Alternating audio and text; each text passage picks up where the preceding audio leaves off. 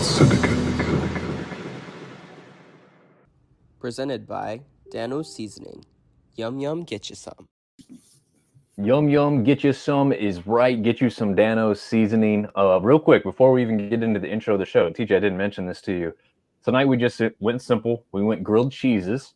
I didn't really have anything to kind of like spice up the grilled cheese. I didn't have any like pepperoni to put into it or anything. Really just a plain grilled cheese. So I do have some Dano's spicy seasoning and I have some ranch dressing.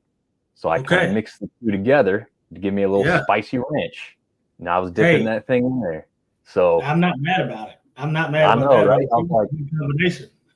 Yeah, it worked out quite well. I can't complain. So I just wanted to mention that it's a little underutilized thing you can do to spice up even a very boring grilled cheese sandwich.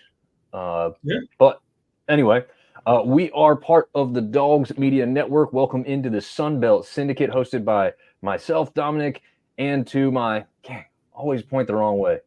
But over here, I'm here somewhere. over there, we've got Mr. TJ Corman himself.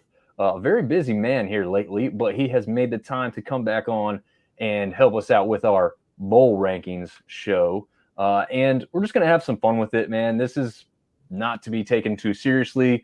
If we've got guys and girls jumping in the comments, we already have some people. All right, Trevor Everett's checking in, which TJ, Trevor is the one who runs the Two Pointers podcast and had me on his show. He was actually at the App State Auburn game, so pretty cool. Yeah, for him to take that in. And I know he's a busy man. He's watching a lot of college basketball. So appreciate you checking in here, Trevor. Really appreciate that. And Artie Cat.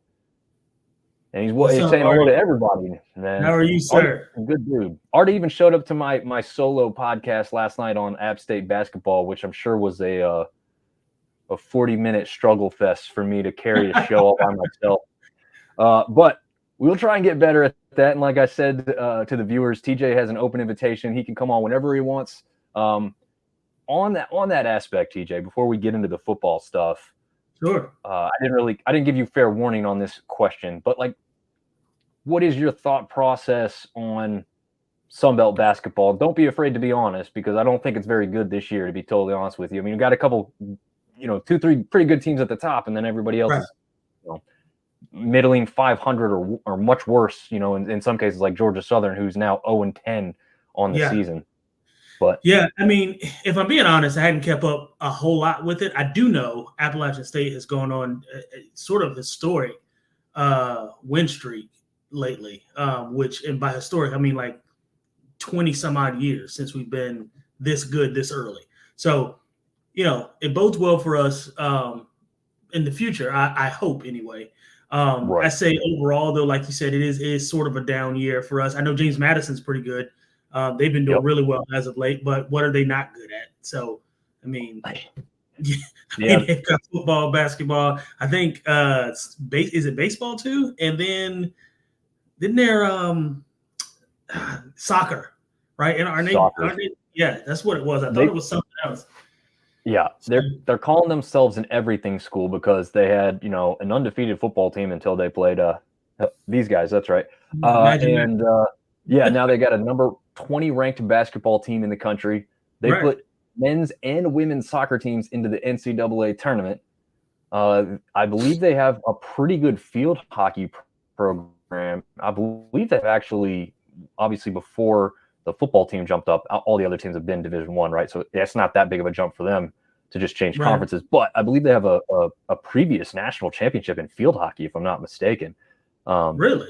So yeah, I mean, they have where they're positioned at in Virginia is kind of the best of both worlds. They can grab from the northern part where like field hockey and basketball are more prevalent, and they can also grab from the south where football and some of the other sports like baseball are king.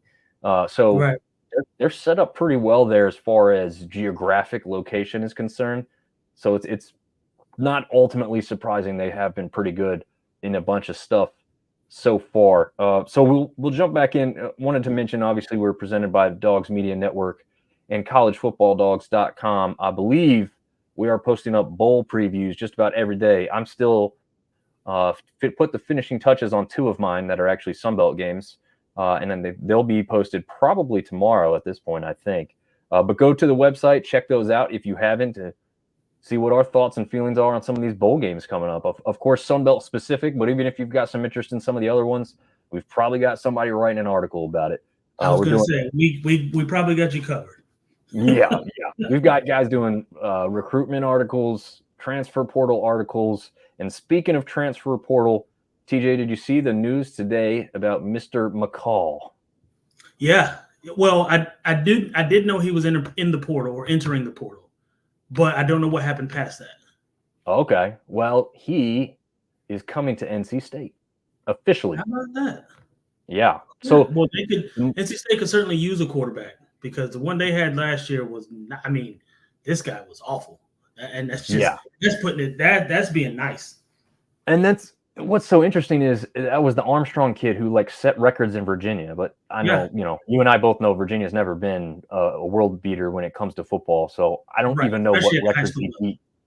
Yeah, it's not like, if you're at Virginia Tech and you beat like Vic's records, we're talking about a player. But like if you're at Virginia and you beat some other guy we've never heard of record, sorry, I just, doesn't mean much. The kid they had behind him, Morris, was more of the dual threat. I was impressed with him, but he's transferring out.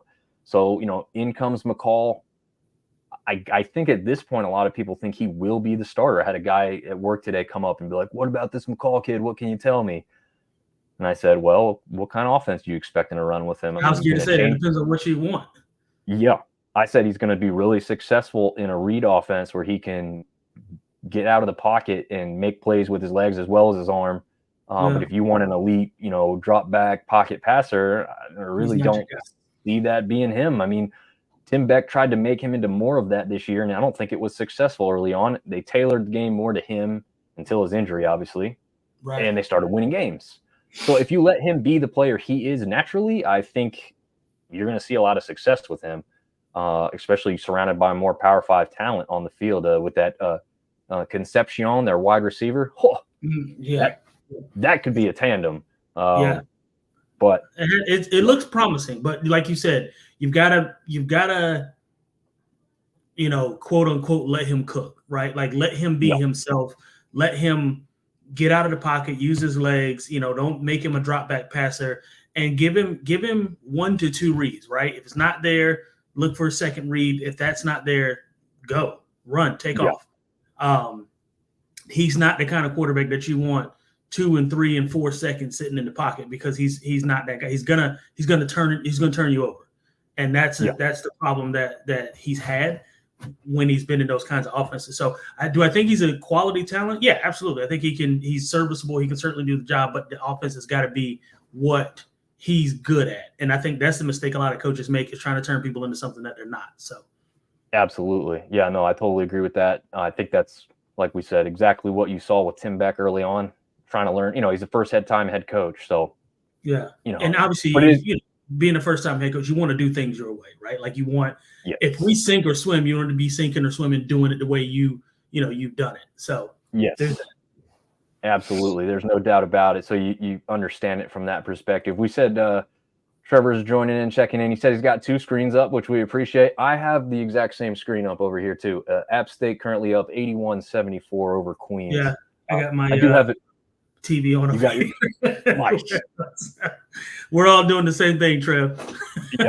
all checking in everything. Troy, the editor at collegefootballdogs.com, he says he's shared and in, and he also gives me a little hard time by asking if I'm behind with my articles. I don't know if I'd say behind. I mean, I've got 2 shows we've been doing consecutive days. I got a real full-time job I'm trying to keep. So he's asking me where his articles are at. Well, they're coming. Artie Cat saying JMU cornhole #1. They probably would be probably up there. Probably checkers, chess, all of this, everything, yard darts, whatever you want to throw in there. Yard darts. The game that's outlawed in states, yard darts. JMU's bringing it back. Right. Oh man. Yeah, Trevor says Beck was whispering sweet things about Raleigh in McCall's ear. Yeah, it is interesting that they like switch places. I find that kind of hilarious. I mean, it also makes sense, right? Because if whatever they're button heads, or I'm not saying that's what was happening, but I'm just saying if worst case they're button heads, he's at least saying, I think you could go up there and make a difference, and if you want me to put in a good word for you. So it does make sense, but it also is kind of comical that they've literally kind of flipped spots with where they're at. And James Smith says, agree with you guys, and that is from a Coastal fan. Awesome. James, I'm pretty sure you are the first Coastal fan to ever comment within any of our episodes. So thanks for jumping in here. So what's up, James? Yeah. So, I mean, you can talk to that maybe a little bit more specifically. You were really out down there on the field last season when App State went to Coastal. I mean, was McCall impressive that close and up in person to you, or I mean, he had a really good game that night. Yeah, he had a really good game, and I will say, like, and we've already we touched on it a bit. I mean, he's the kind of person that is an athlete, right? Like he can play the position, but he's not your quintessential quarterback, right? And watching him up close solidified that for me last year, but also what gave me a lot of, I guess, pause during that game was the talent he had around him, right? Like he was in large part a product of what the weapons were around him last year. And I think that was on super huge display against us. I mean, we let a lot of big plays go last year. I mean, standing on the sideline watching it too, it's one of those things where it's like, they're really good. Like all around, they were really good. And so it was hard to read it as it being him, as the reason why they were successful. Not to take anything away from him, but you ever hear the term game manager, right? Yes. Yep. He's not going to win the game for you, but he's going to make enough plays that you don't lose it. Like he won't be the reason you lost the game. Yep, I could see that. And that's actually, you said that perfectly, because if you go back in his history, I think this year was his worst year statistically for interceptions, but that kid takes care of the ball. Yeah, I mean previously, in years past, he has not been. Now, again, this year was, I think, an anomaly, but he traditionally does not turn the ball over. And like I said, he manages the game. He's kind of like a lesser Kirk Cousins or somebody like that, or a Josh Dobbs. Josh Dobbs is a really good example of it. Like he'll make a play every now and again. He'll run for 20 or 30 yards, on a scramble. He'll roll out. He'll put the ball where it needs to be on a two-person, on a high-low read, those kinds of things. But he's not going to sit back there in the pocket and pick you apart. That's just not who he is.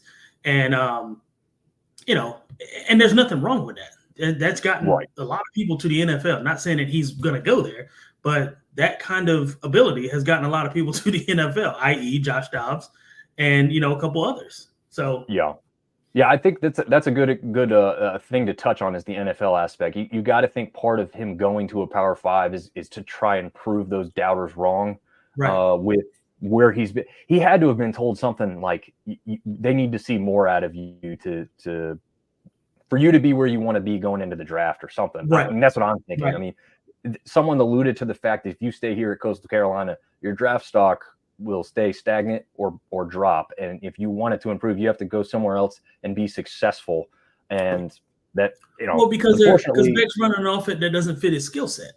So it makes sense for him to leave. Like when you're talking about stay stagnant or drop, my only thing I can think of is it dropping because he's just not equipped for that offense.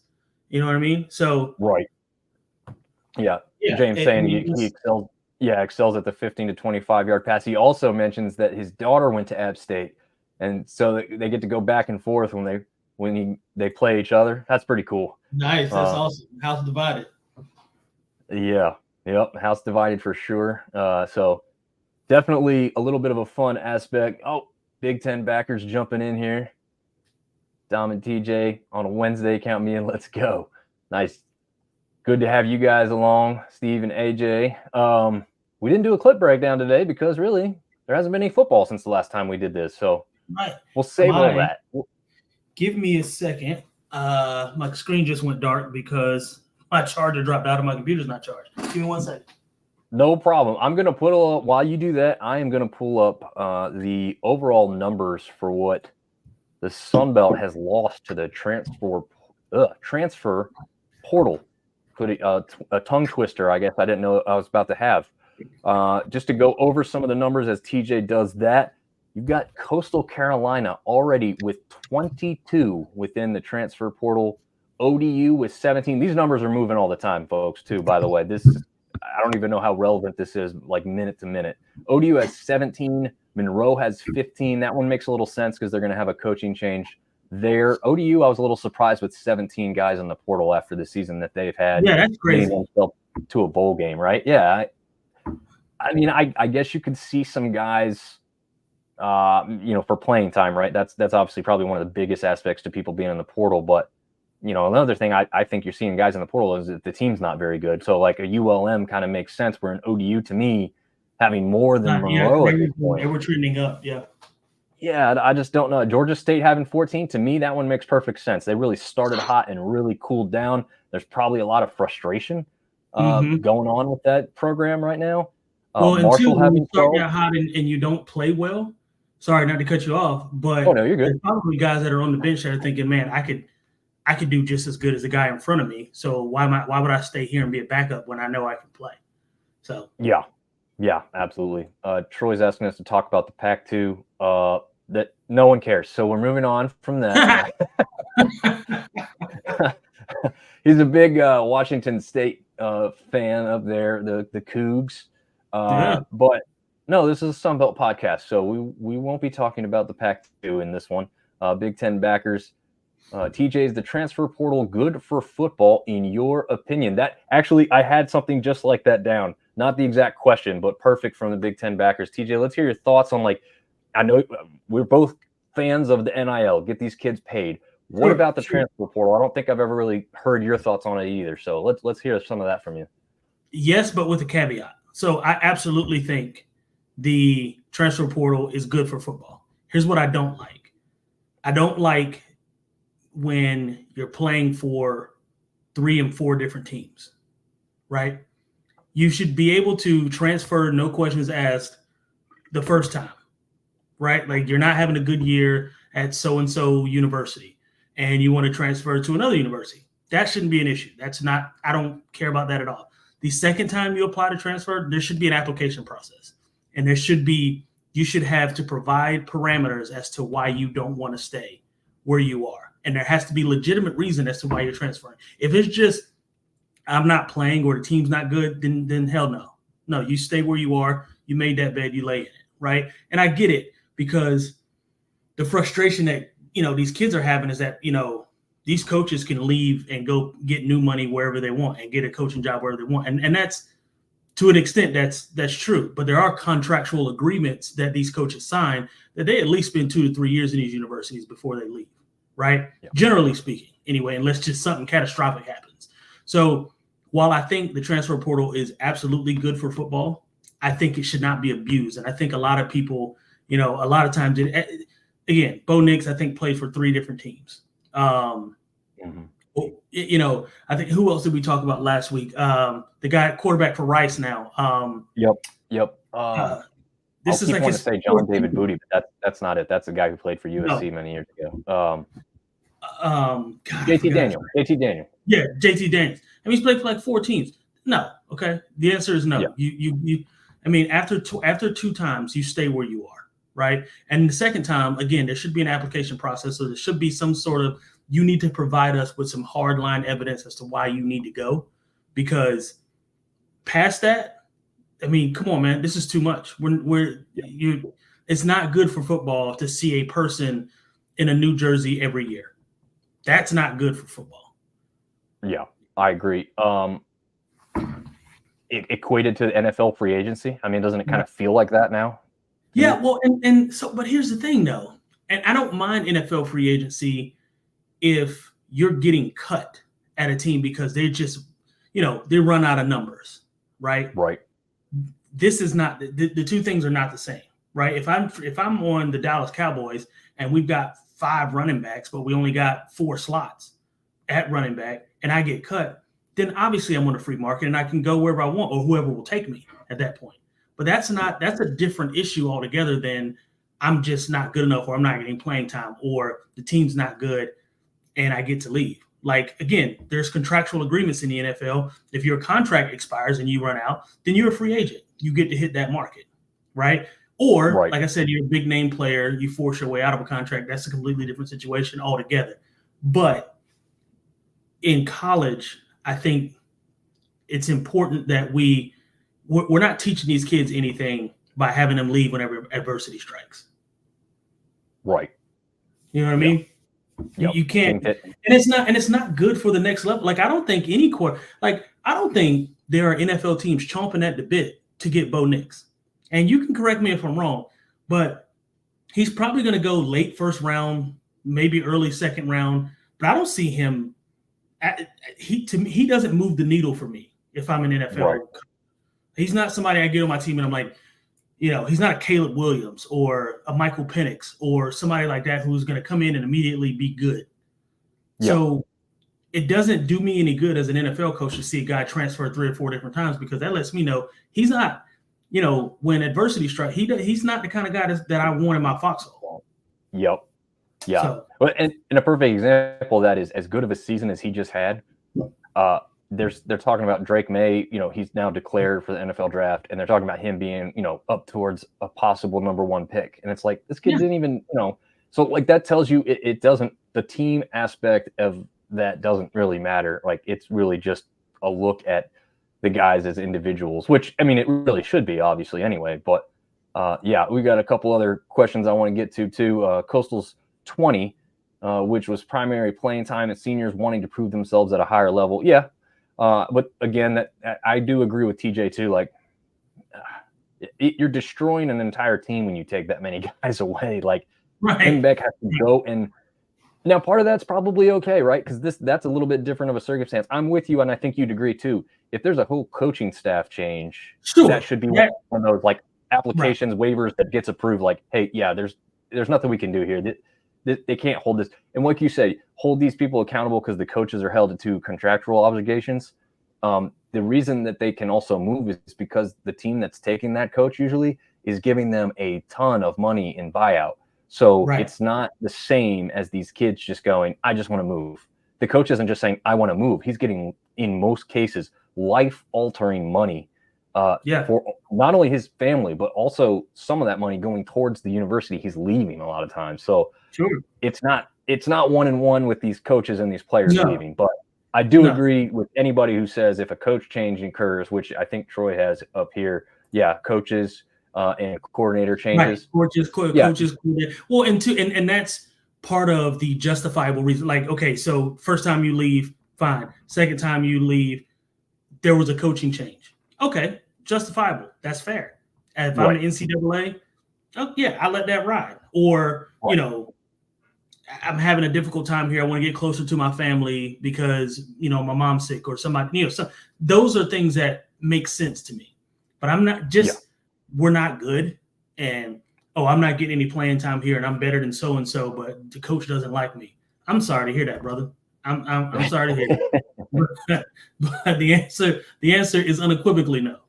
Emphatically. Buck up, young buck. Yeah, bro. Like, you're gonna have a job at some point one day, and your boss might not like you. Are you gonna quit every time? Yeah. Well, I mean, no. Yeah, but I know. Yes, I know what you're talking about.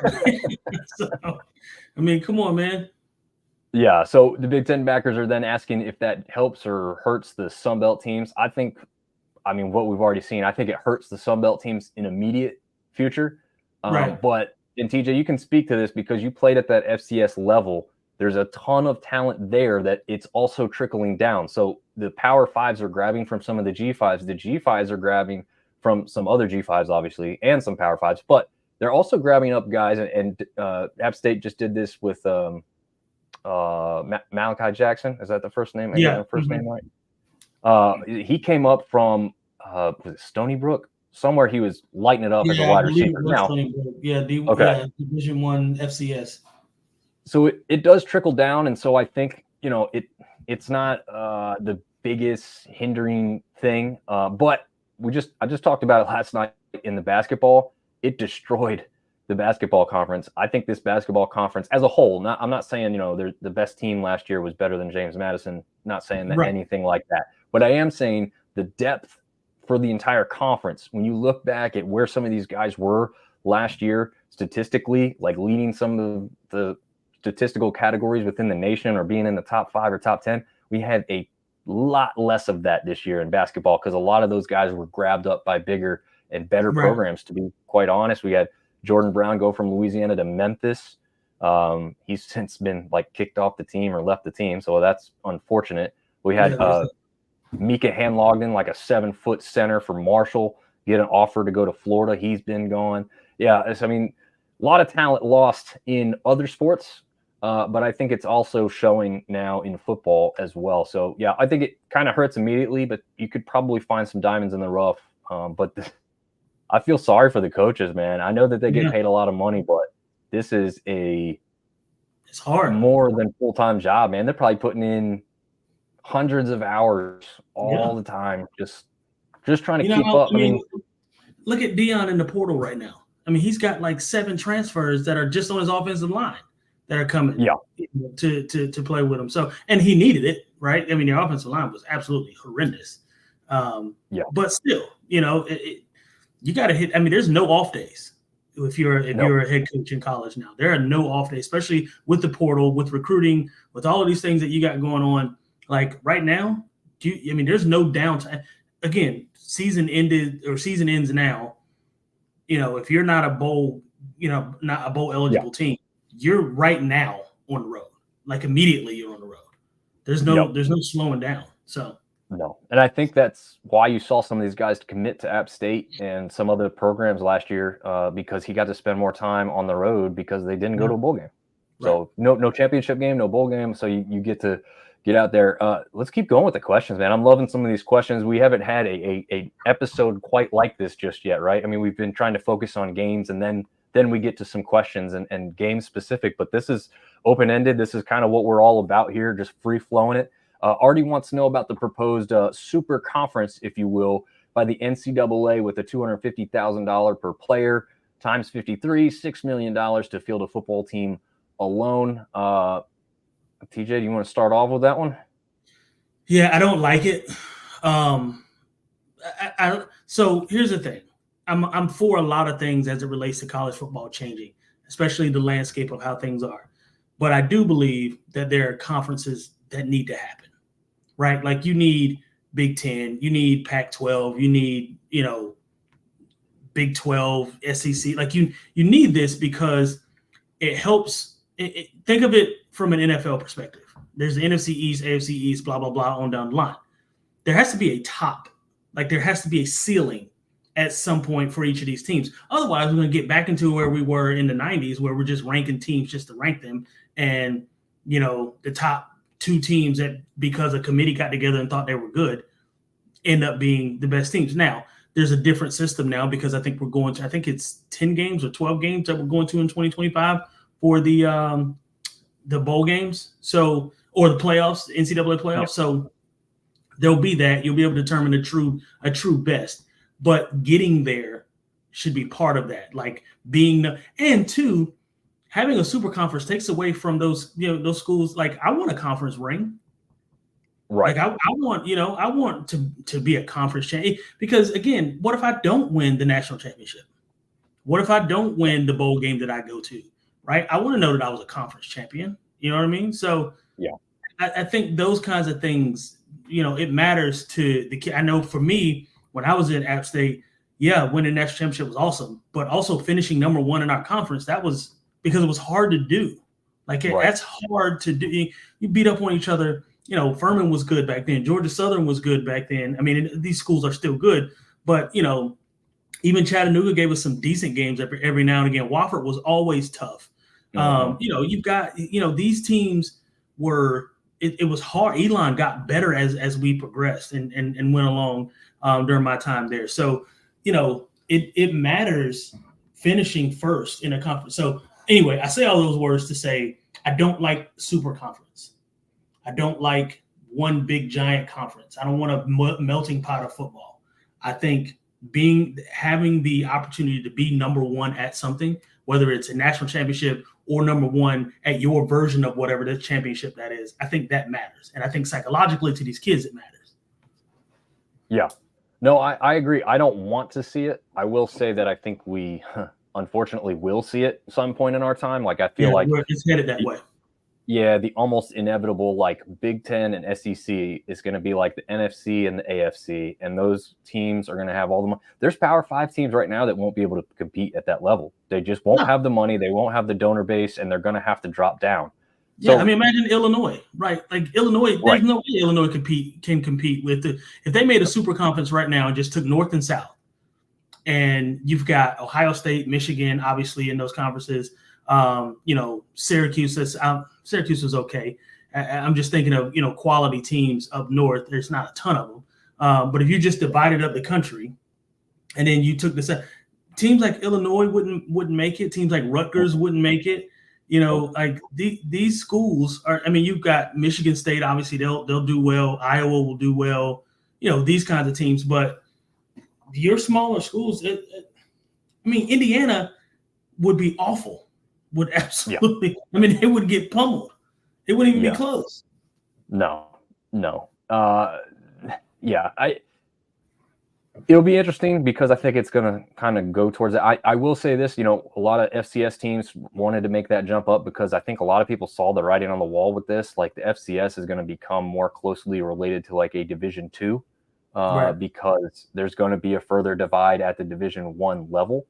So it's not just FBS and FCS anymore. It'll be like whatever this new thing's going to be called, then FBS, and then maybe still FCS, or maybe they'll just, if this new thing starts up and it's successful, then these other two just combine to have their own championship. Because let's be honest, there's no way they're going to let you into the club, right? They might play you and pay you some money, but what I'm saying is they're not going to let you. They don't want the G5 in as it is in a playoff. That's just the fact of it. They don't want to see it. So they're definitely not going to let you into the big boys club up the street, So I don't like it because I think it's cool to have a melting pot of teams that have an outside chance, like Cincinnati making the playoff the other year. Sure, they got beat pretty well in their playoff game. But at least they. Right. And like it was, well, I bet you a bunch of people tuned in because they wanted to see if they could pull the Cinderella story off. Right. So, I mean, that's what a lot of us live for is like that team that's got the chance to knock off the giant, just like you guys did when you went up there to Michigan and all their fans were saying, what part of West Virginia are you from? Yeah. Well, those big schools don't want that. Because they don't want to run that risk. And that's why it's so hard to get teams like App State to play, now it's not, but back then those teams didn't want to play us because they didn't want to run the risk of us. Like had we caught NC State on our best day, we'd have beat them by 20. Yeah, we just had some mishaps and some things Kansas, we drove the ball at first drive all the way down to the 2-yard line and fumbled in the end zone. So there's a lot that goes into it for sure. Yeah, definitely. And Artie's making a good point. Not many Sunbelt teams will be able to compete on that level of money involvement. I'll be honest, I don't think any Sunbelt team is jumping up to that level. It would take Elon Musk becoming a big fan of the school and donating tons and tons of money for that to happen. And the reason I say that is because these are all mostly large public institutions. We don't have a single private school in the Sunbelt, so there's nobody who could just start bankrolling. Like a Liberty. A Liberty could find themselves into that type of conference just simply because they have nobody in the Sun Belt is going to be at that level. Marsh jumping in as a USM football fan. Troy thinks that inevitable split will force the G5 into a JUCO. I'm not going to that level. Yeah, I was going to say that might be a bit of a stretch. And I think he probably meant some sarcasm behind that. I certainly see it. Yeah, he was asking about the Pac-2 because I think he did refer to it as the Pac-12, which, is destroyed now. So yeah, it is like there's almost no teams left. What Sunbelt team? Yeah.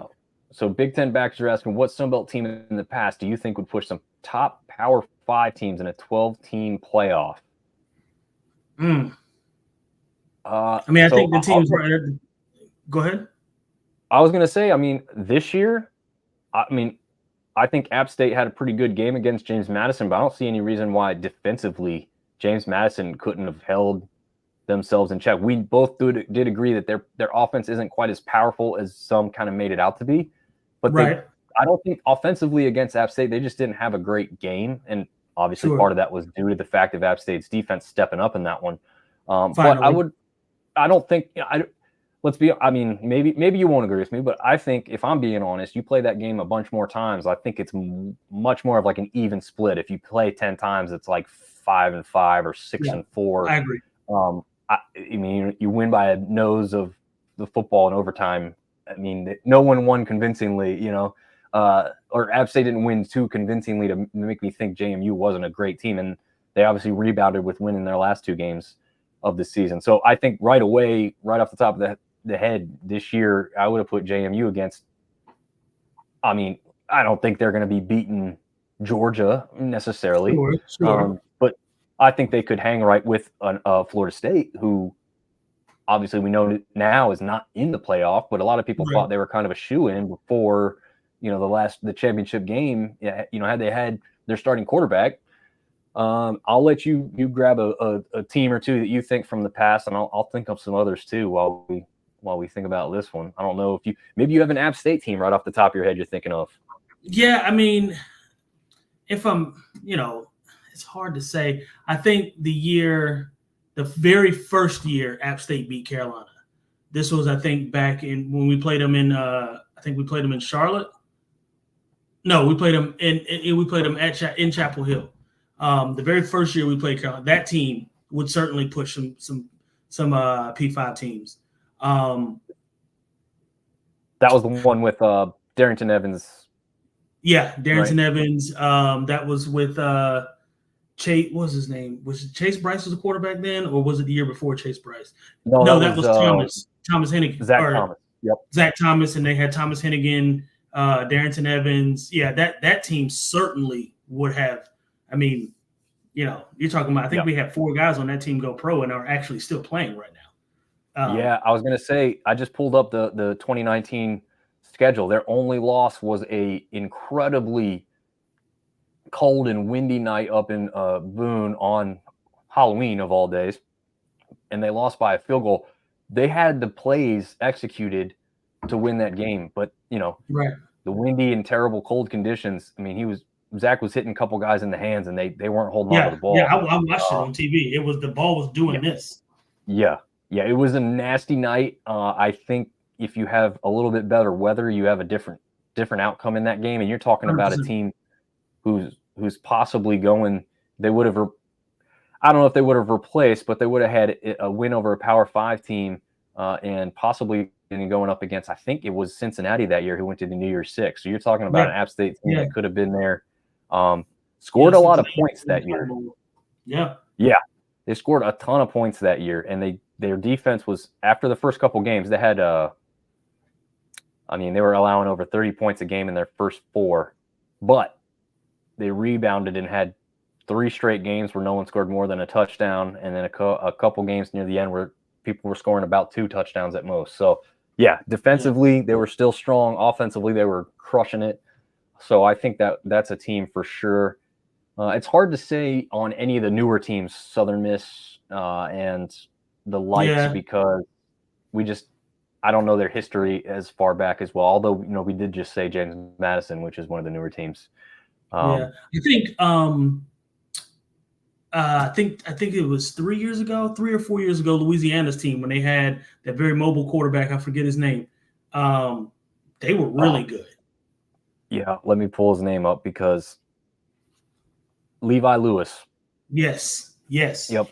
I think that team, and again, I'm not saying they would beat a Georgia or a Florida or LSU or Oregon or anybody like that, but I do think that they could make some noise for sure. Yeah, I was going to say they So the year after, we talked about that App State team in 2019. The 2020 version of Louisiana lost 1 game, a 3-point contest at Coastal Carolina. Oh, by the way, they beat number 23 ranked Iowa State to start the season. Mm-hmm. And That was I guess that was the COVID year actually. So it's Yeah. a little bit of an outlier. But the conference championship against Coastal Carolina got canceled. Right. So Yeah. you're seeing a team there that could have challenged as well. Yeah, that Well, was and going to there's be a my couple other one. years there, the App State team that barely lost to Penn State, the App State team that Yep. barely lost to Tennessee. I mean, we have like actual examples of it. Like this Yep. isn't just us thinking about maybe who could have done it, who couldn't have done it. Like App State won or lost by a fumble in the end zone against Tennessee and a overthrown ball by Thomas Hennigan against Penn State, and barely overthrown to that. You know what I mean? So like the us competing is a real thing. Like it's an absolute real thing. Like that year when we almost beat Penn State, we would have placed third or fourth in the Big Ten behind Ohio State, Michigan, and I think that year maybe who else? What was it? Wisconsin? Yeah, Wisconsin. I think was really good because that was the Taylor year.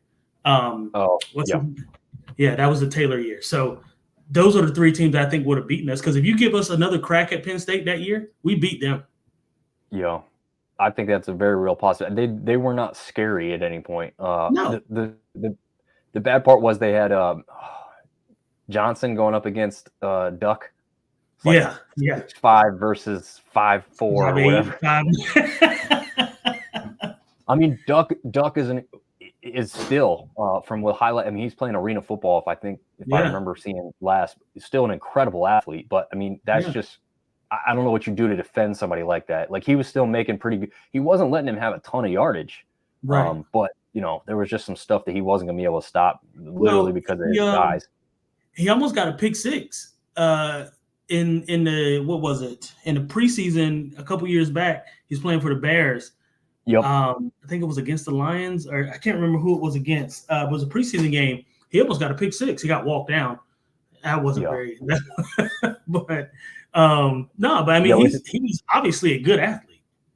Yeah, and I want to make mention of one more. So I think this year's version of Troy would stand a damn good chance too. Yeah, they're I think this year's version of Troy and JMU. Yeah, that's true. There are only 2 losses to a ranked Kansas State team at the time.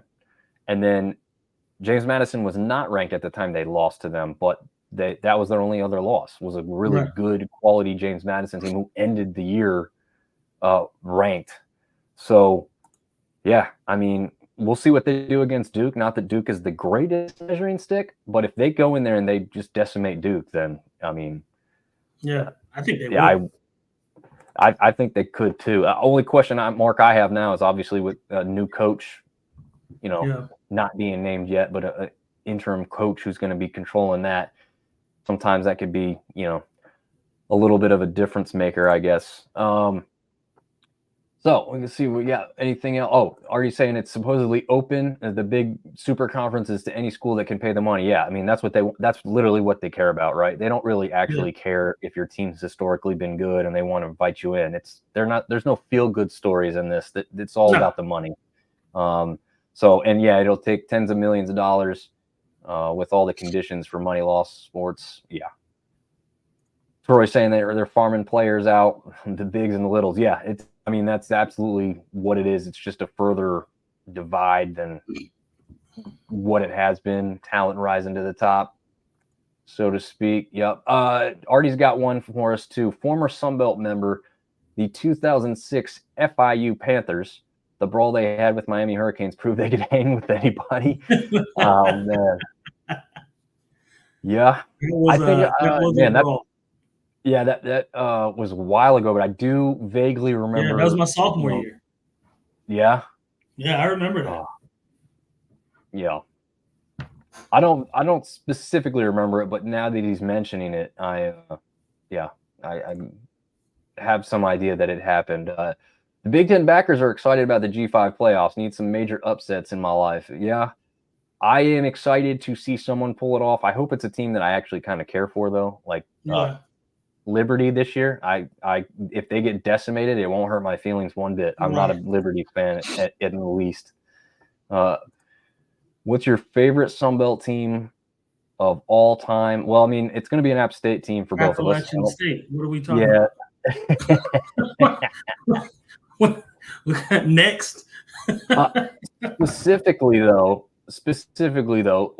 TJ, are you going to be kind of the homer pick and pick a team you are on? Because those teams, I think, were just good enough to beat. Are we talking about Sunbelt Conference teams now, or like are we talking about teams that had a past before?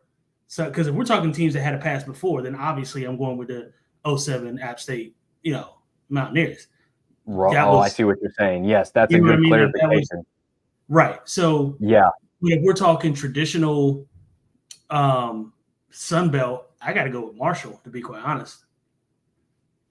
Yeah, with history. Yeah, I think so. I mean, that Byron Leftwich team. That was incredible. That was absolutely incredible. He played with basically 1 foot the second half. Yeah. Fourth quarter. Yeah. Which you saw that up close too, because Richie did that same thing in the first championship run as well. I mean, okay, it's not the exact same, but it was pretty similar. And in fact, when they were broadcasting that game, they kept referring back to that. And I think they even quite literally brought up clips of Leftwich and when the linemen were carrying him down the field. So, that's a great choice, actually, a really good one. But, yeah, if you're going with this current iteration of the Sun Belt, my favorite team would be – I mean, it's probably one of those ones we really just talked about with App State, one of those 2018, 29. I'm trying to figure out the year just to give us a different answer. The one where they beat North Carolina and South Carolina. Oh, yeah, that was what was that, 17? No. Was it that far ago? Oh, man, what year was that? Was it 17? Yeah. Was it that long ago? Jesus. No, it was not. It was not. Oh. It wasn't 2020. That was the COVID year, I think. Yeah, it was, because that was the North Texas Bowl game. Oh, 2019. Okay, so it was the team we already talked about. That was the one. That was the team that dropped the game to Georgia Southern. Yeah. I would say that one might be. I mean, he's saying favorite. He's not saying best. So a favorite, that's what I'm going with, is the team that beat 2 Power 5 programs at their facilities. That was awesome. I was there for both of them. Unbelievable experiences. So for that reason, that's going to be my favorite. So. Yeah, I mean, you beat an ACC team and an SEC team in the same year.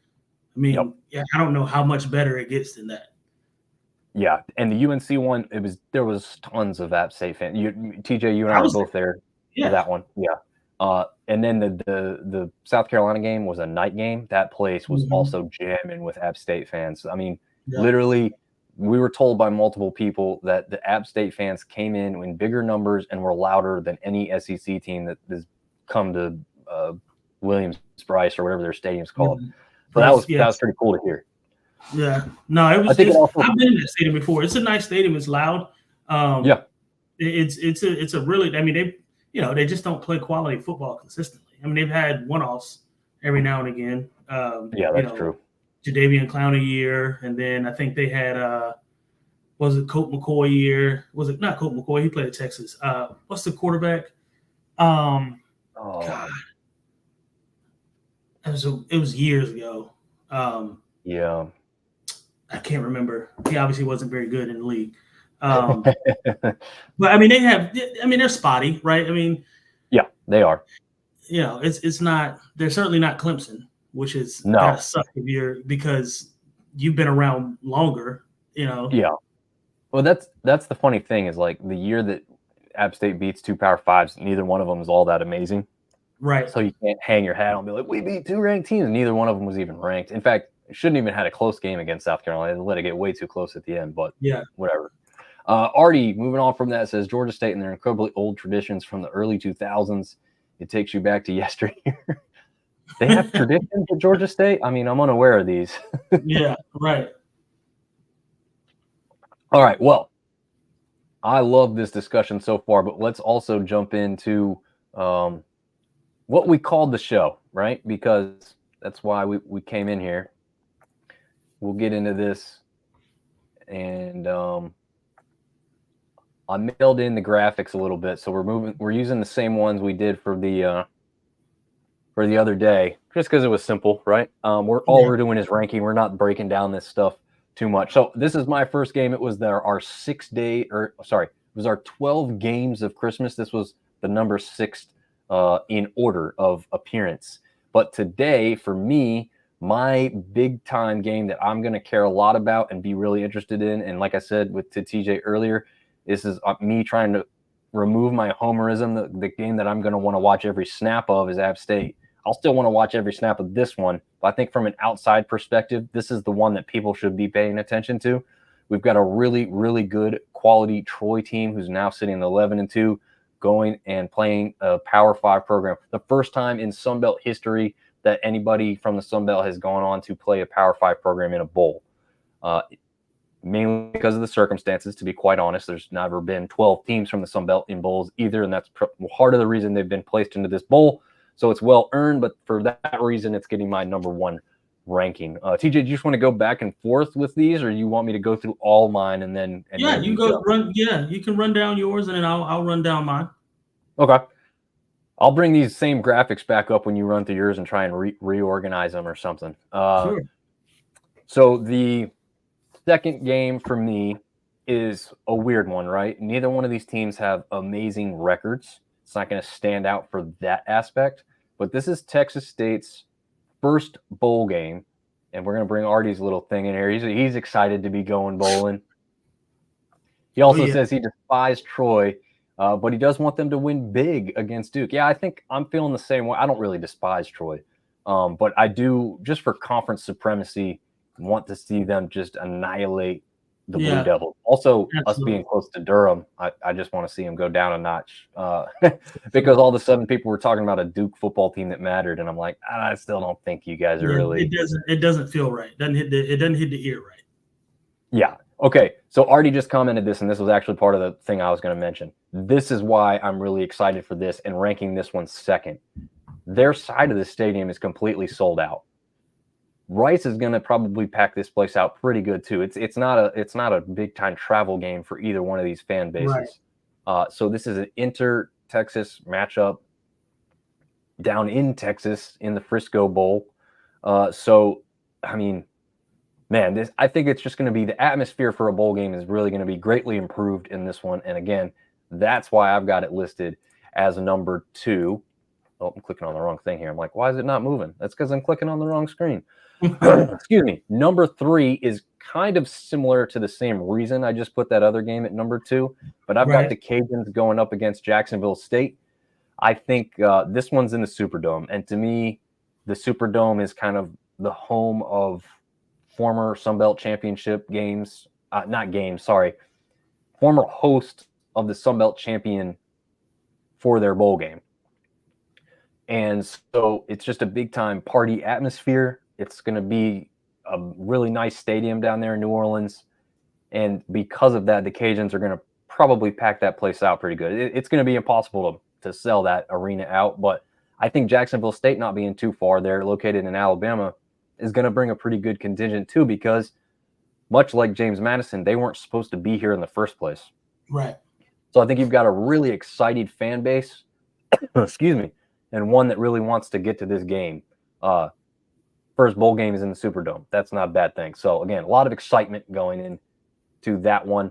Obviously, number 4 is more of the homerism reason, and I'll let TJ touch on that so I don't steal his thunder about why this game can be great, but obviously I'm ranking it high mainly because I care so much. But you do have a MAC champion on the other side, so a reason for other people to tune in. This one I'm ranking, again, not the greatest of teams, but this one's just an interesting matchup to me. You've got a 7-5 Western Kentucky team with, their air raid type offense against literally the leading tackler in all of NCAA football this season, and Jason Henderson. It's also down the road from us. It's about 2-hour drive from Charlotte. So definitely going to be tuning into this one to see if ODU can pull off what I think many would consider an upset. And Artie, I want to get back to his own big disrespect to Louisiana on the spread. Cajun Stadium under renovation. Yeah, they're quite literally destroying that one whole side of Cajun Field. But the graphics look great into. So And he says for App State to be careful because Miami is solid. Yes, defensively, very, very solid. Offensively, got some question marks, but not so much. We'll see how that goes. Speaking of offensively, why is JMU one of the better teams in the Sun Belt and down here at, I guess I have them ranked 6th overall? Again, these numbers that are to the bottom are not their ranking. That's the 12 games of Christmas thing. Right. If you're wondering why they're not matching up. But they are at 6 for me because I don't believe it's going to be too much of a game. I expect James Madison to win quite handily in the Lockheed Martin Armed Forces Bowl. I think it's not lower. This one could be really close to the back as far as what I think is going to happen on the field, but Armed Forces, it is cool that our Air Force is playing in Armed Forces Bowl. James Madison, I want to see what they're capable of now. They've got a new coach. Obviously, he's not going to be coaching this game specifically, but yeah, I want to see what happens, even though I do have a feeling it's going to be a rather boring game overall. 6-6 teams is my next bowl game, the Camellia Bowl. I want to see what Jalen Rayner is capable of.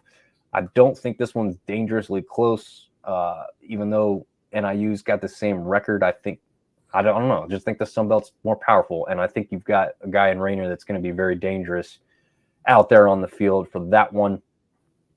Already saying Brat the Hill Stumpers. So yeah, I'll agree. I hope they can do it. Oh, someone's coming in as an Air Force fan, I guess, or maybe a JMU hater. We'll figure that out.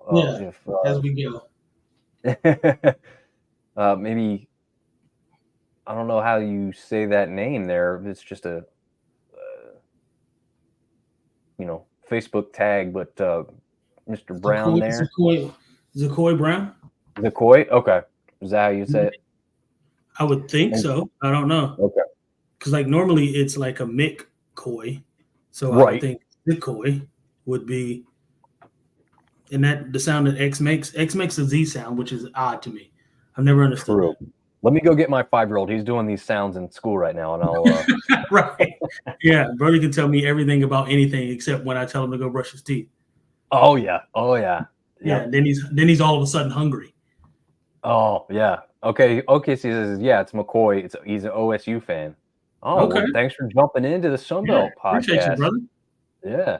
Well, let's have a little fun because I think even if people aren't Sun Belt fans, this is the fun part of the year, right? Everyone's going to got like a bowl pick 'em. Everyone's going to get into just watching these games while they're, either sitting at their desk at work or like TJ is lucky enough to do sometimes work from home and watch this stuff, Yeah, I watched the Division II first round of the play, or I guess semifinal, right? Semifinal round of the playoffs.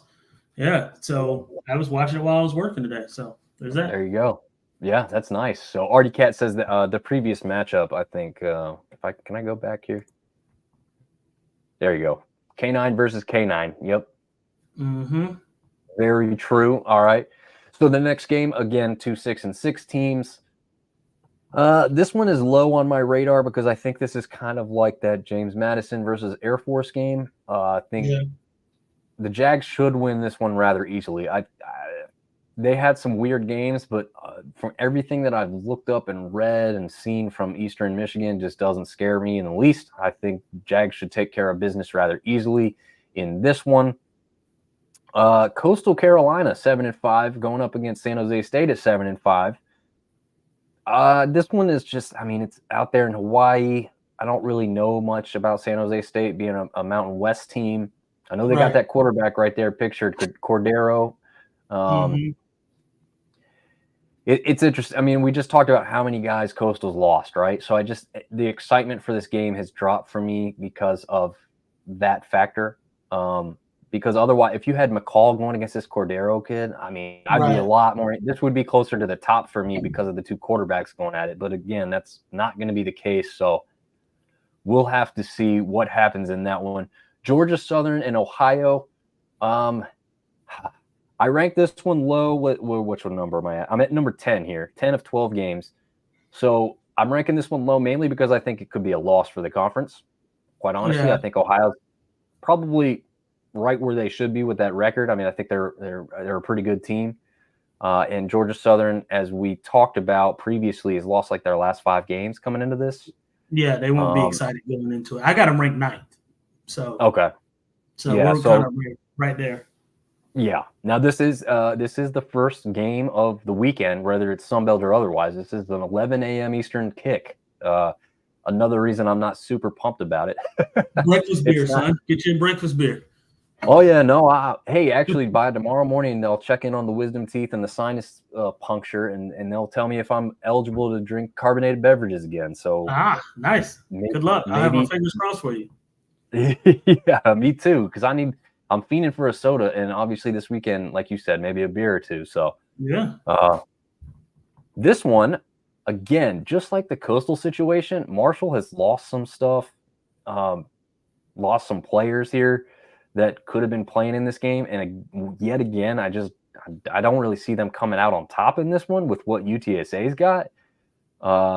Actually, this is the Frisco Bowl. I incorrectly said that other game. Artie can correct me about where that one's being played at, unless you know, TJ, off the top of your head, where that Texas State Rice game is at. I thought that one was Frisco off the top of my head, but it might be. So Artie's going to chime in. I know he's going to. But until then, this one is actually the Scooters Coffee Frisco Bowl. Again, just don't have a lot of great feeling on that. Same exact reason why this one is dead last to me. Georgia State really just tanked towards the end of the season. Not impressive at all. Utah State, not overly impressive either. I mean, they're coming in with the same record. Okay, Texas State and Rice playing at SMU Stadium in Dallas. Gotcha. That might be a reason that thing sold out too. I mean, who doesn't go to Dallas for a football game? I would. Right. I don't care if it's SMU Stadium or Cowboy Stadium. I'd be trying to get there for a game. Absolutely. A bowl game down there. But yeah, the famous Idaho Potato Bowl, again, that's the other big reason for this one to me. I mean, you're probably going to be looking at like blistering cold conditions, which means not as much success through the air, a bunch of runs, probably not a ton of runs. If it's like, I've seen this bowl game. I think, I both have probably seen this bowl game in the past when there's like snow falling from the sky. Yeah, absolutely. Sometimes that's cool and that's fun, but that's usually when there's like some really good teams involved. And to be honest, these two teams are kind of middling teams, so I don't think anyone's going to be electrifying the other on the field. Hopefully I'm wrong. I'd love to see Granger run all over, but Carroll's already been transferred out. Not sure if he's going to go in that one. Again, it's so hard to keep up with not only if they're transferring or not, but are they going to at least finish out the bowl game or not? Some guys are, some guys aren't. I'm not the guy keeping the list on who is and who isn't just yet. Panther football and LOL. Yep, that's probably what they're thinking for what's gone on for them. But TJ, you want to run through what you think for your teams, and I'll try and pick up the right graphics here as you go for yours.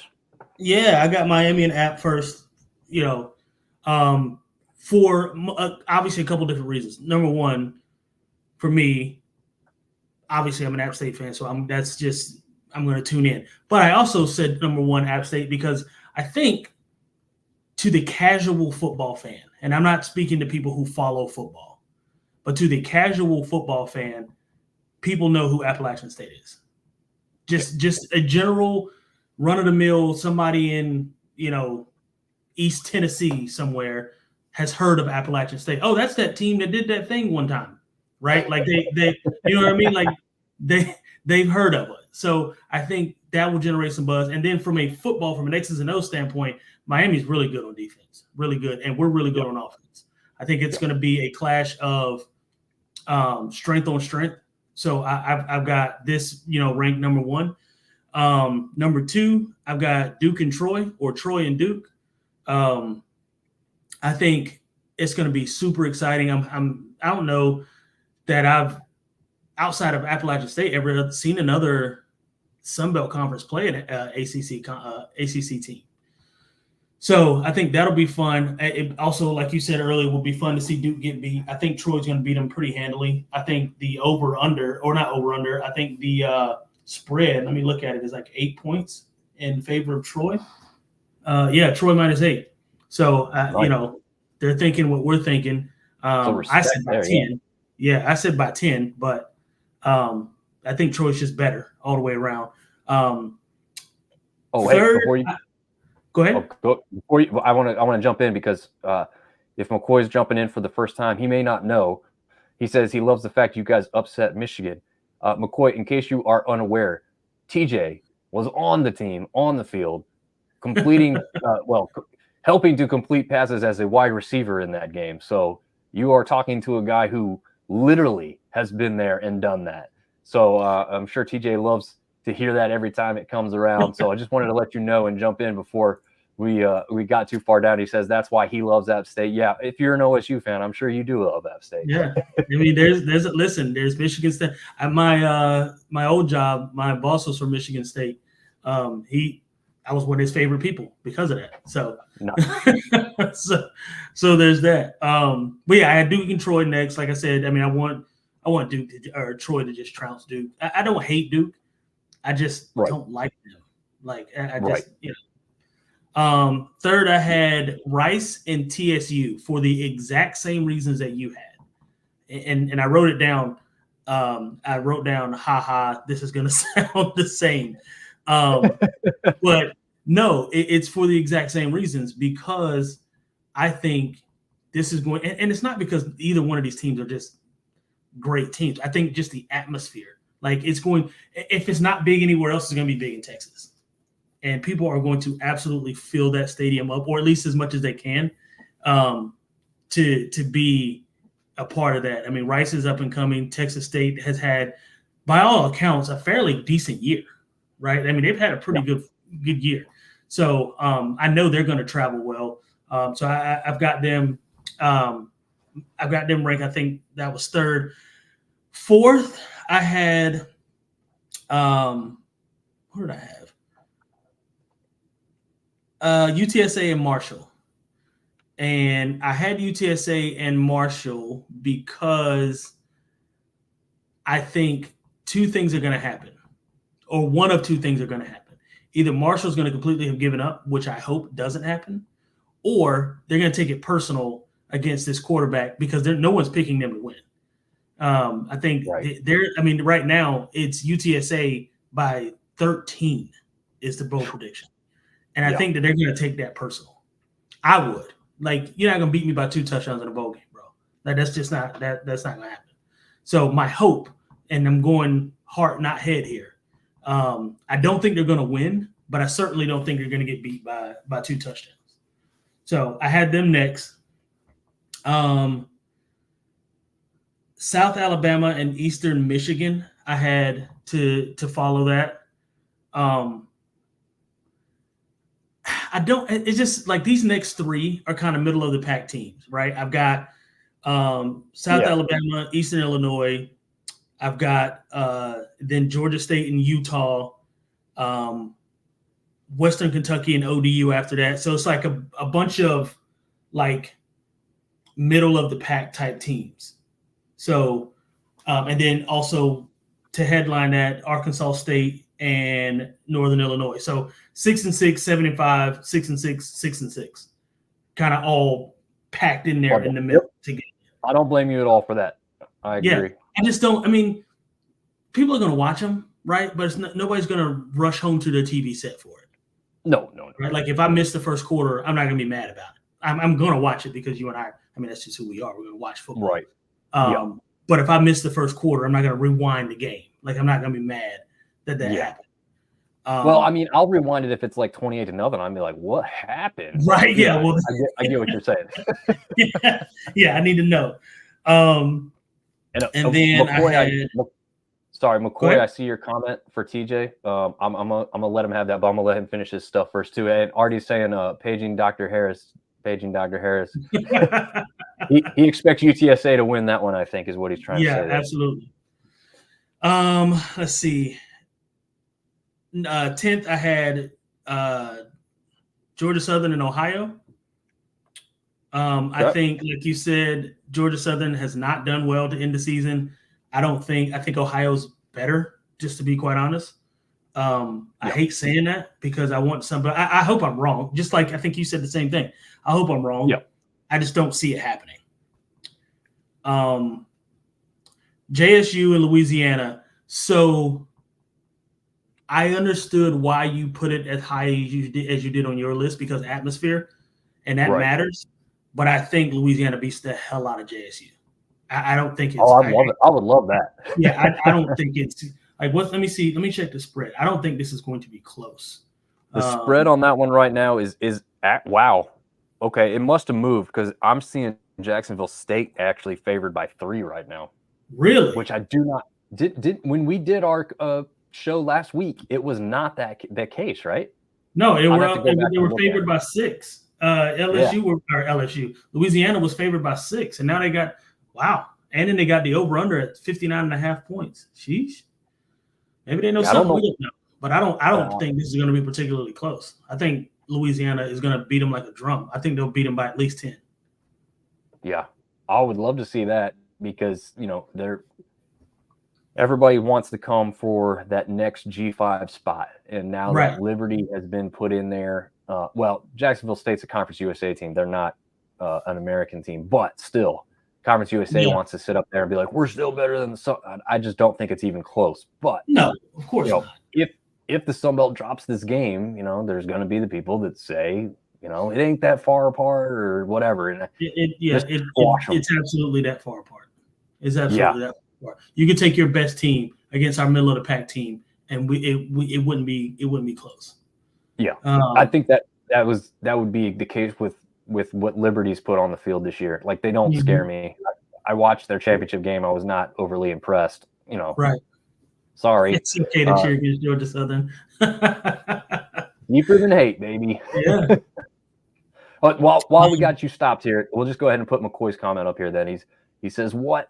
So he obviously did not know that you were a part of that. Well, I mean, I guess is the schedule behind you? Is that what it is? Is it a schedule from one season? Yeah. That's the 05. That was my freshman year. That was the first national championship. Gotcha. Okay. And then, so the second and third, I actually have the 07 one in the room, but it's like literally 8 times that size. Like it takes up an entire wall. And my wife was like, "You're not putting that up in our house. Like, that's not happening." So I get it. I mean, and right now it's in the attic, but the attic is going to be later on a man cave. So nice. That'll be that. So, but right now I'm not allowed to. It's like a 10 by 10. It's obnoxiously big of the 07 of the 07 team. It's super obnoxious. Well, we got to help you with the man cave before the next season, so you can have that as your whole background. I know, right? But yeah, McCoy's pretty much asking if you'd sign a game ball because he loves the fact that you are a Wolverine, a heartbreaker, which is certainly true. Certainly true. Oh, yeah, man. I'll absolutely send it, man. We'll share social media after this and where you can find me. Hit me up, bro. I'll give you my Addy, and I'll sign it and send it back for sure. No problem at all doing that. We love our fans here. I won't be signing any footballs because there's no reason for that. But we love all 23 of you guys. We love you. Artie says your banner sounds like a stadium banner. Yeah. Yeah, it's actually, Artie, it kind of, I mean, I took it from the Appalachian State Stadium when they were doing renovations. I took it from one of the borders that was on the sideline. Coach gave it to me, and so he didn't give it to me. I grabbed it, and I was like, "You guys aren't going to need this anymore. Like, you might as well just let me have it." And it's got all the sponsors on it or whatever. And so I just folded it up and put it in my backpack, and they've never seen it since. So, that's awesome. So I was going to ask you about that. McCoy says that we rock with that. I can sign it too. I'll save the ball for the guys that actually did it. But I was there that day. I was watching TJ perform on the field, so that was pretty cool. But I was going to ask you if it was like they gave signs to each of you that were that big. So now we know the backstory about it. Yeah, no, I took it. Well, but here's the thing, like, I made Coach, I made him aware that I didn't steal it. I was like, "Hey, I'm taking this."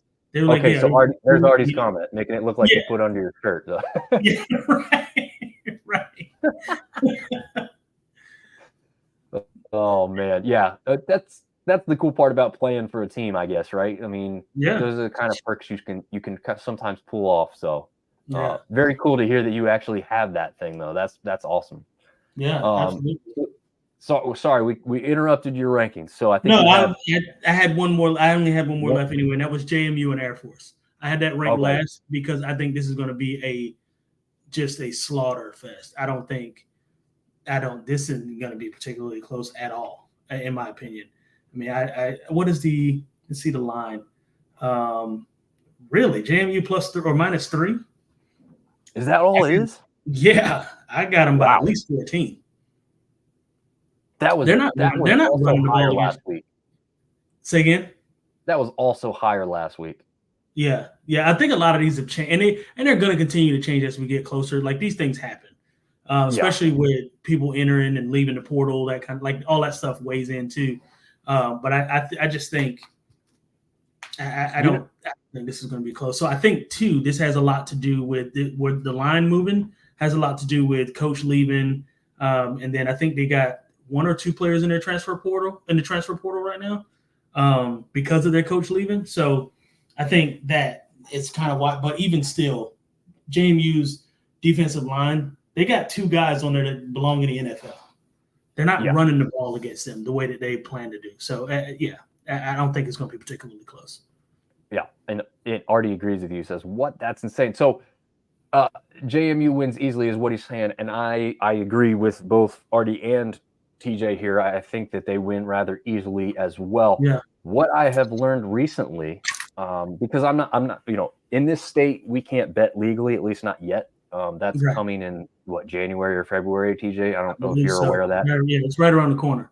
Yeah, so it's not too far away, but as of yet we can't really bet. So I haven't, take the deep dive into figuring out how to do this and understand all the things about it. I mean, I know the basics of who's favored and who's not when I look at it and all that kind of stuff. But what I've learned recently is that some of these lines move because of how much money's coming in on a certain team. Sure. Doesn't mean that they all of a sudden think the game's going to be closer. They're moving the line because they want the money to even out, and they don't want to be caught with the pants down, essentially. So as much as it is, like you said too, there also is the aspects of a coaching change, transfer portal guys, but it's also where the money's at. And so if they can get more people to put more money on it because they make this game seem like it's going to be closer, even though they know what we think we know, which is that JMU is going to win comfortably, but they're only giving them 3. I don't know. It seems like those things are happening quite a bit, and that could be leading towards why some of these matchups have suddenly over the last week become a lot closer on paper than they probably otherwise should be. So that's going to wrap up our bowl rankings. What's kind of cool? Like we went in here with not much of a plan as far as like a big time 2-hour show, and we still spent 1 hour and 20 minutes up here because we had so many people that cared to ask us questions and interact all night. So, hey. Yeah, nice. Appreciate you guys. Yeah, absolutely. Definitely do. And McCoy, definitely reach out. We've got all the socials you can think of, or you can just look up Mr. TJ Corman yourself and send him a message, or we can try and look you up that way as well. If you really want to make that happen, we will. Well, TJ pretty much will make that happen. Yeah, absolutely. No problem at all, man. You can find me on Instagram at Mr. Corman12, man. If you're serious about it, like I said, I'll shoot you my address. I'm a pretty important guy, so let me give him my address. No, I'm kidding. I'm joking. I'm joking. I got no problem with doing that, man. No problem at all. Yeah. Let me give you the P.O. box so you don't know where I actually live. Oh, right. Give you my neighbor's address. Oh man. Well, man, you want to talk about anything else real quick? Anything last words before we get out of here? No, but I did make some bomb ass mac and cheese yesterday. I saw that. Yes, it was. That was delicious. Yeah, I did. I didn't do the roux, but I did the heavy cream, butter, that whole deal, spring mixing. So obviously, I'm sure you know this. Turn your heat off, put your cheeses in, let your sauce melt, season it up how you want it, then dump your noodles in, layer it, cheese. Oh my God. Ooh. Yeah. My son told me, and he tells my parents, he won't eat mac and like the Kraft cups, the mac and cheese. He Okay. won't eat that anymore. He won't do it. You've spoiled him, huh? And he's 6. That's supposed to be like the dream for a 6-year-old is like mac and cheese cups. He won't even eat them. Right. All right. You Yeah. know what I need to do is just bring my kid by your house when you make this, because he refuses to eat any mac and cheese whatsoever. I don't know. Really? Well, honestly, it's not even just mac and cheese. It's just like noodles. He just doesn't want them. I don't know. Oh, okay. I'm like, yeah, my son will just eat noodles plain with Parmesan cheese on it. Yeah, or like butter. I mean, like I know a bunch of kids who just eat like buttered noodles. Like that's just what they eat. Yeah. And my son he'll take noodles plain, melt some butter on it. First of all, he can do all this himself. He's so self-sufficient. It almost annoys me because it's like, when did you grow up? But he'll take buttered noodles or noodles, put some butter on them, add a little bit of salt, Parmesan cheese, and he'll just go have himself a dinner and just go sit down. Nice. Yeah. Pour himself a glass of milk, stool, and he's fine. Yeah. I am waiting for the day when that happens in my house. And in fact, when you say that now, you're gonna hate it when it happens, because then it's it's no more, Daddy, can you fix this? It's like, I'm hungry. And I'm like, okay, what do you want? He's like, don't worry about it. I got it. I'll just make some noodles. Okay. You know what? When get this teenager out of my house? Yeah. Here's your dishes, Dad. I got done with my food. Now he won't do that. He won't wash dishes. No. Yeah. No, of course they won't. They won't do that until they're out of the house. And then you're like, oh, you're doing it now when you leave. Right. So, but yeah, no, that was all I had. Just some food stuff. I do have a couple people that reached out to me to do some catering, some Christmas. Nice. Some Christmas catering for, I think it's the 23rd and the 24th. I've got a couple families that have put in some orders. So that's going to be fun.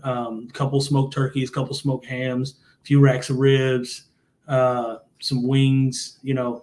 So yeah, so some people are, like I said, I mean, and you guys can find me on Instagram as well at Thick Thighs and Large Fries. Check out my spread. What I do, it's not just smoked meats. Make a lot of everything, smoked dishes, but there's also lots of pastas on there, lots of vegetables. We do salads. We do, I make my own guacamole, my own pico, lots of things that's going on there. So, and if you're out of town and you want a smoked rack of ribs, I do vacuum seal as well. So there's that. Nice. Yeah. The mac and cheese, man. He posted that one. Was that on your personal page too, or was that just on the? Yeah, I posted it on all. I think I posted it on all 3. It was on personal, the page, and then also on Facebook. Nice. Yeah. I think I might have, because it was a story. I think I saw it on Facebook. But yeah. Didn't you spoon? Weren't you spooning it out in one of the things? Yeah, I had to show. You got to show the cheese pool. You got to show the cheese pool. Yeah, no, it was definitely making me hungry, man. So we always appreciate someone who can make some good food, and TJ is definitely top of the line when it comes to that. So definitely check him out. It's just a fun follow. In general, as you always see the stuff that looks pretty in restaurants. This guy's doing it at home. So definitely check him out everywhere you can. I think you've got all kinds of stuff, on social medias. So absolutely. Check him out. Artie's wishing everybody Merry Christmas. Travel safe, everyone. Sir. I will say same to you, Artie, as well. Definitely be safe out there and just have a good time. I think Artie's not only traveling to the bowl game, but I think he's also traveling because it sounds like he's hitting retirement up and moving to Florida. Okay. Yeah, but because he covered that in one of our other episodes, I think, if I remember correctly. So have a good time down there in Sunshine State. Yeah. Yeah, and we haven't really put a schedule together for what to do after this week. I know holiday stuff picks up, but if we got enough to talk about after this first week of bowl games, there's going to be, I think, 4 before next Wednesday. I think there's 4 or 5 between now and Wednesday, right? You are correct, 5, because the UTSA Marshall game is Tuesday. Mm-hmm. So yeah, we could have some clips to put together a show for you. Again, we'll have to check in with each other, make sure everything's going to work out. We will do something, I'm assuming.